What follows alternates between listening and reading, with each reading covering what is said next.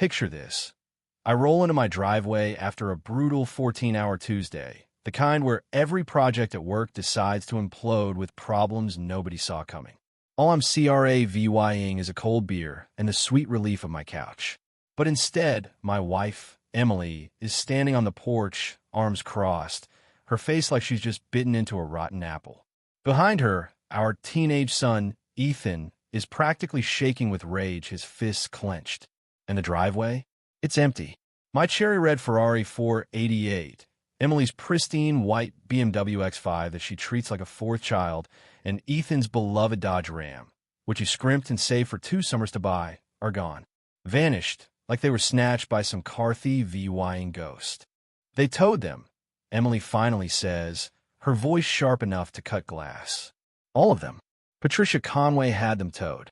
Patricia Conway, our HOA president, a woman whose obsession with cookie-cutter perfection and iron-fisted rules is the stuff of neighborhood legend. I'm starting to think she's got a personal vendetta against anyone who doesn't salute her VY shown of suburban paradise. This isn't just a story about a towing fiasco.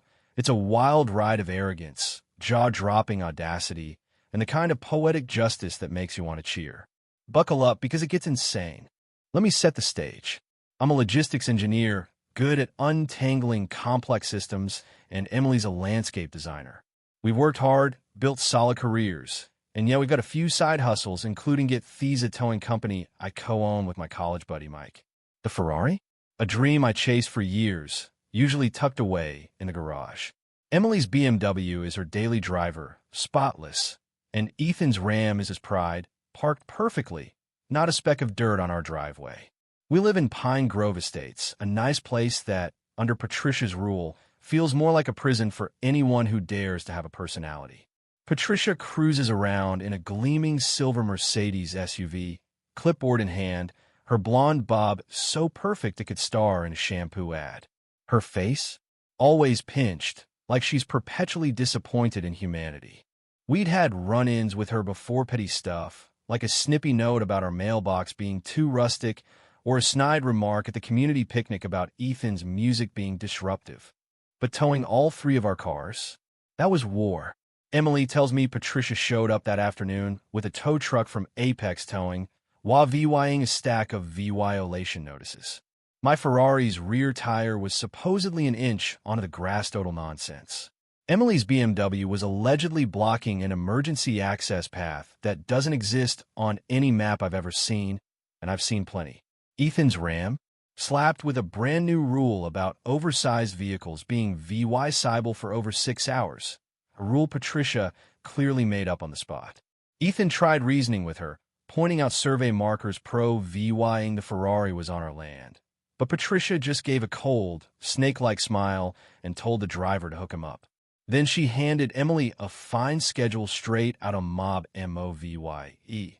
Dulaw $500 per car for towing, Dulaw $75 a day for storage, and a Dulaw $300 processing fee per vehicle payable to the HOA. That's nearly Dulaw $2,000 up front, plus $1,000 in towing. My blood was boiling. I wanted to storm over to Patricia's manicured lawn and let her have it, but the engineer in me kicked in. Anger's messy, precision is deadly. I calmed Emily and Ethan, promising we'd fix this. Ethan was con VY and said Patricia was chopping his Ram for parts, and Emily was stressed about the costs and the sheer unfairness. I was already plotting. The plan? Head to Apex Towing, pay the ridiculous fees under protest, get our cars back, and then start dismantling Patricia's little empire, starting with the HOA's bylaws and financials. I knew she'd slipped up somewhere. Next morning, I grabbed a wad of cash dough. Companies like this don't trust credit cards you can dispute, and drove my beat-up old pickup to Apex's lot on the gritty side of town. I was ready for a fight, mentally rehearsing demands for signed tow orders and proof of violations. But when I walked into their dingy office, my world flipped. Behind the counter wasn't some random clerk, it was Karen, the sharp-eyed office manager from Horizon Towing, saw my saw company. For a second, my brain short-circuited. Then I saw her polo shirt with Saw logo, our paperwork on the desk. It hit me. Patricia had hired Saw My Saw Towing Company to tow Saw My Saw cars. The irony was so perfect, I almost laughed out loud. Tom, what are you doing here? Karen asked, confused. Then she glanced out the window at the lot, where my Ferrari, Emily's BMW, and Ethan's Ram sat among the impounded wrecks. Her face went pale. Oh no, those aren't.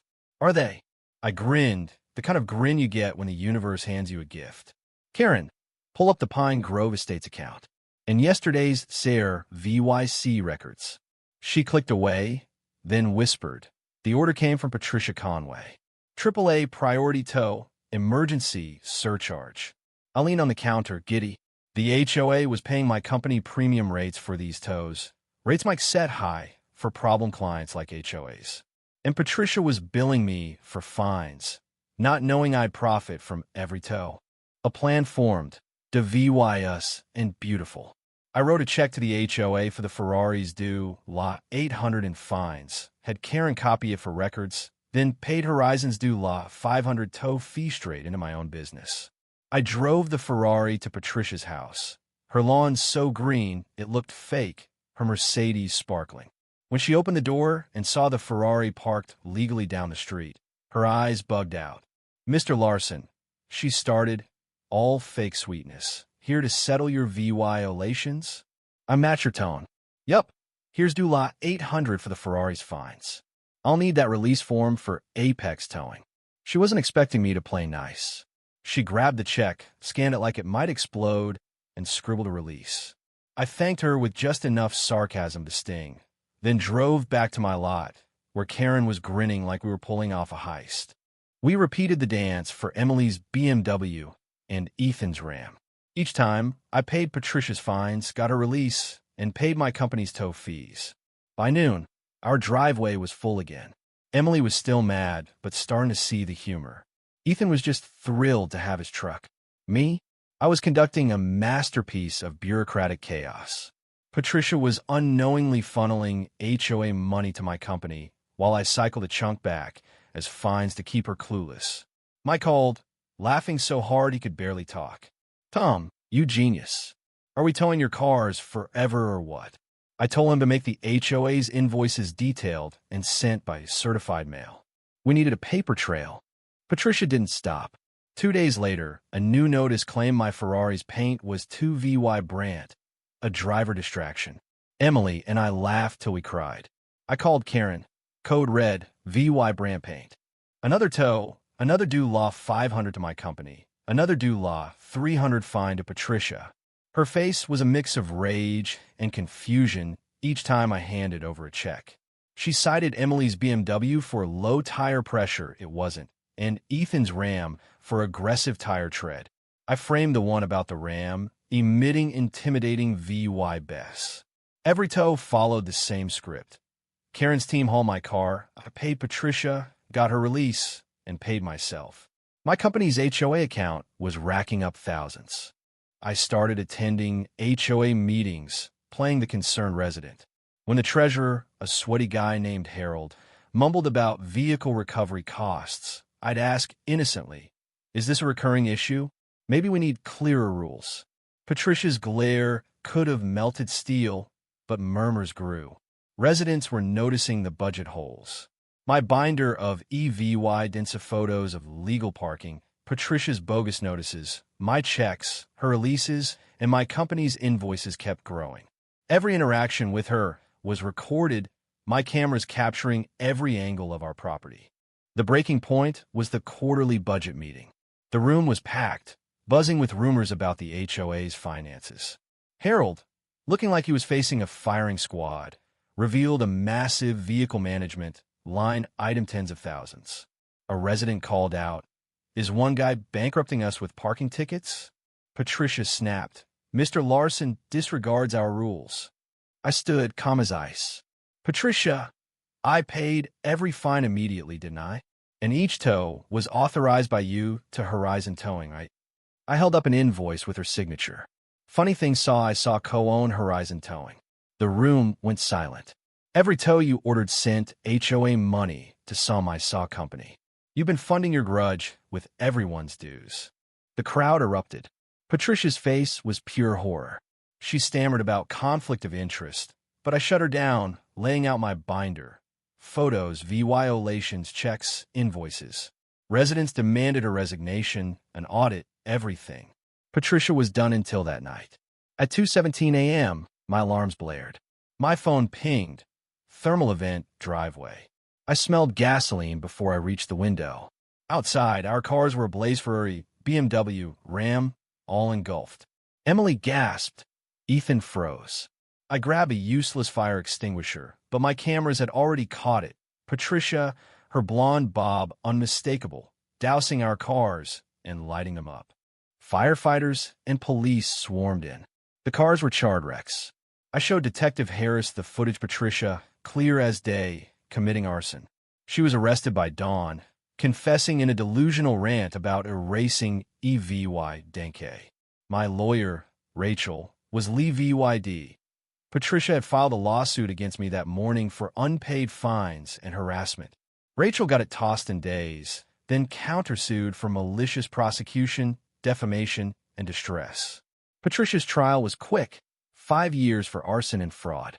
RCI VYL suit won big, covering damages and sending a message. The HOA imploded. Harold quit. The board dissolved. Residents formed a new committee, rewriting bylaws for fairness.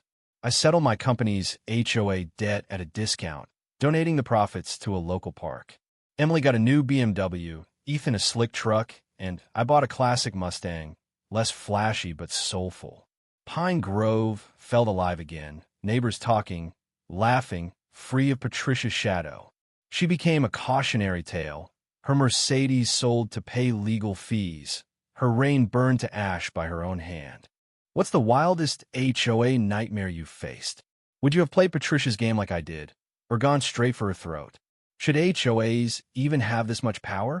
Drop your thoughts below, hit that like button, and subscribe for more stories where the underdog flips the script.